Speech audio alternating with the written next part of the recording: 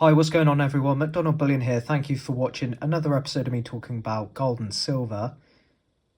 For this episode, I wanted to talk about, should you stack gold and silver at all-time highs? Now, recently we've seen gold and silver go to, perhaps not all-time highs, but we have seen the price risen. Gold's all-time high was $2,069 and this was in 2020. Silver was $49.45 and this was in 1980. Now, gold and silver are not at its all-time highs at the moment. Silver is far from it. It's actually nearly half, actually. I think it's under half its all-time high of 1980 and also 2011 as well, when it shot up to almost touching that high. But gold has come close and it has held its stead ever so slightly at around about $2,000 or so. But is it a good time to buy, and should you stack at all-time highs? Well, we hear loads of different mixed opinions depending on who you speak to regarding this. As a general rule of thumb, people don't tend to buy at all-time highs because they know that what comes up must come down type thing. Especially when you think of the stock market and you think of gold and silver prices, it's constantly fluctuating up and down. But the premiums don't really move so much, especially with silver. Now, both are considered precious metals. They've been used for thousands of years. Gold and silver has been used in jewelry and industry. I believe the first gold coins were struck 2,500 years ago, probably even sooner than that. But it's been used for thousands of years. I mean, we've seen all the films and the movies and everything where the rich have this stereotypical view that they have so much gold, and only a gold coin the size of this is perhaps a month's wage for, many people. And silver's been used for over, thousands of years. I believe it's been about 4,000 years that it's been used. I know the Athenian Empire, the city-states with Greece, used a silver coin which actually made it to international standard, and I believe that was, more than 2,000 years ago. So gold and silver is not going away. It's valuable, and it always will be. Now, there's loads of different things that you can get with gold and silver. You can get collections and bullions, proof coins, currencies made out of it, poured silver, gold and everything. There's loads of different things that you can buy.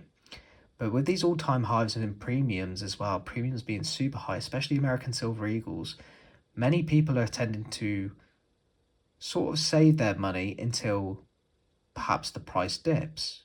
Now, you can easily do this. You can easily sort of save that money and perhaps buy at better prices. But how do you know that it's going to be a better price? How do you know that it's not going to continue to go up? And that's it. It's perhaps not a gamble if you're doing it consistently and you're buying little and often, but you have to bear that in mind. There are going to be some shots that you miss, and there's going to be shots that are going to hit, and you just don't know when. If we all know when that best time was, we'd all, be buying at the right time and selling at the right time, and it just wouldn't work.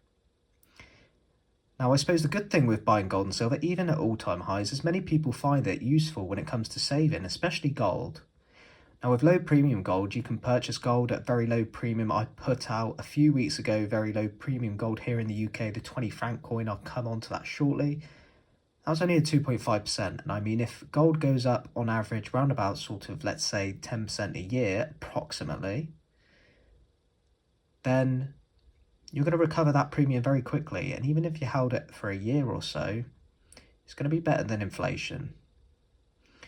Now, history shows that both have a huge upside. They've obviously grown in value, and it's not hard to just look at the data when it comes to it that gold and silver have risen in value over the years.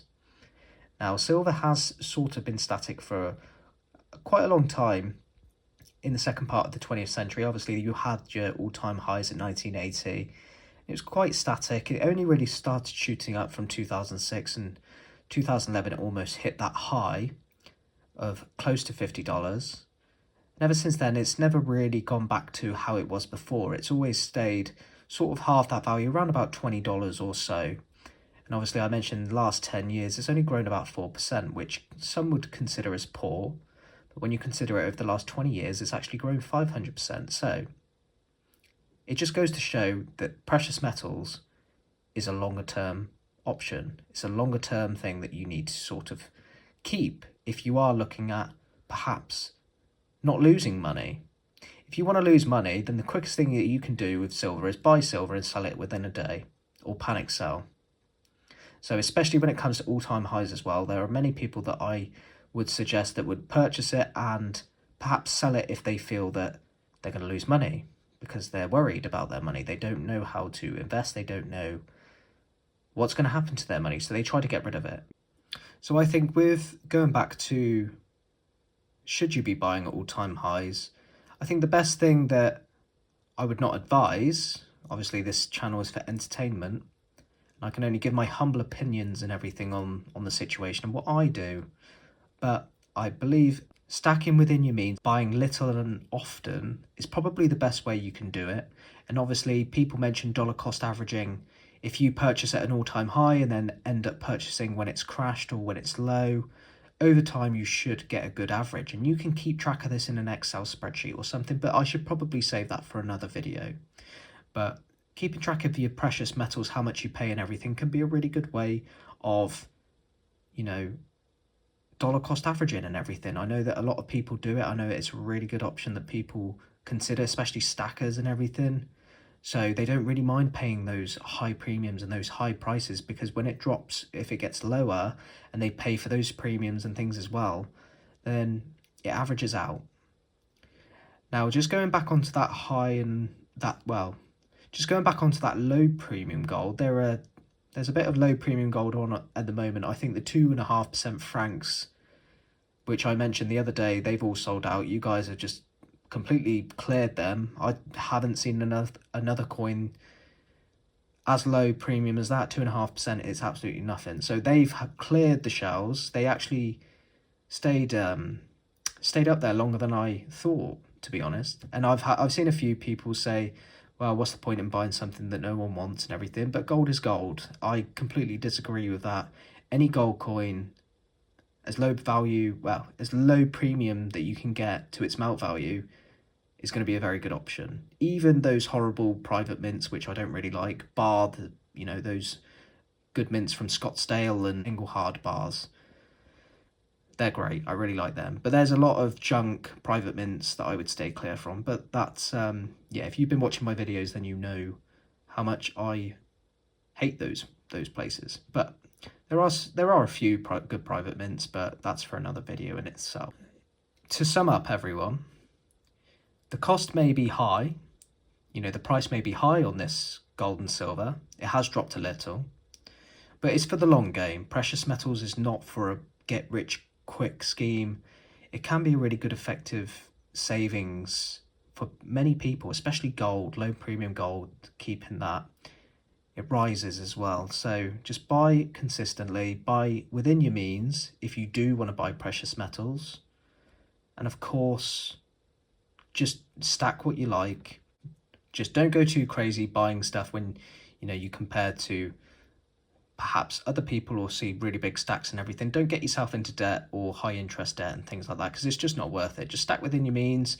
You don't need a whole massive bunch of silver. Just keep doing what you're doing and you'll get there in the end. But I just wanted to show you this Kookaburra piece. Kookaburra is a really good coin, and this is a high premium coin, but I don't mind paying it because I love buying precious metals. And the best thing about precious metals is, ultimately, I can't speak on behalf of everyone, but my ultimate reason of why I do it is because I really enjoy it. And that's the best thing that you could probably get out of buying precious metals. If you enjoy what you do, it will never feel like work. It will never feel like savings. So just keep doing what you're doing, guys.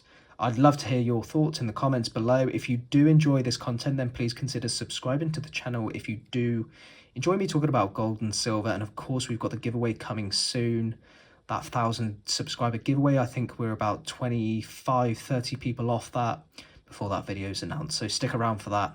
I'd love to hear your thoughts. Please like the video, and I will see you guys in the next episode.